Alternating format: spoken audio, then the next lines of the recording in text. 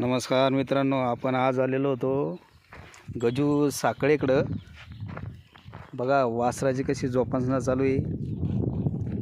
अगदी आनंदाने शंकरपाटाची तयारी करण्यासाठी हा वासरू त्यांनी घेतला होता. बघा बघा कसं वासरू आहे, चांगलं देखणं आणि सुंदर हत्यार आहे.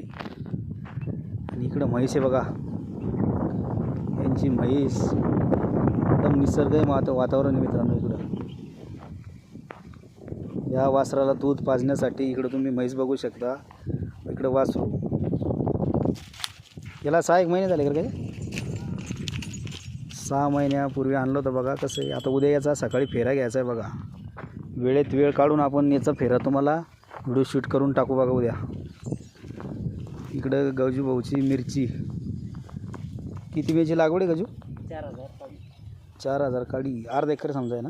अर्धा एकर मिरचीचा यांचा प्लॉट आहे बघा. इकडं व्हिडिओच्या माध्यमातून तुम्हाला दाखवण्याचा प्रयत्न करतो. इकडे चाऱ्याची पण सोय बघा. शाळूचा चारा आहे आणि इकडे लिंबाखाली वासरू बांधलंय बघा. आत्ताशी पाणी पाजून. चांगलं वासरू मित्रांनो, अजून छोटं आहे, अजून चांगलं करंट आहे त्याला. उद्या त्याचा फेरा नक्की तुम्हाला आपल्या यूट्यूब चॅनलवर, नांद रक्तातली यूट्यूब चॅनलवर तुम्हाला पाहण्यासाठी भेटेल. व इकडे त्याला दूध पाजण्यासाठी म्हैस. तो मालकाने त्याला चारा आणला बघा शाळूचा.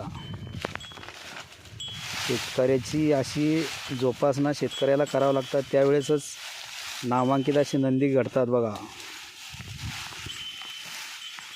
आणि ते एवढं सगळं करून त्यांच्याकडे गाडी बघा, त्याचा व्यवसाय करतात. धन्यवाद मित्रांनो.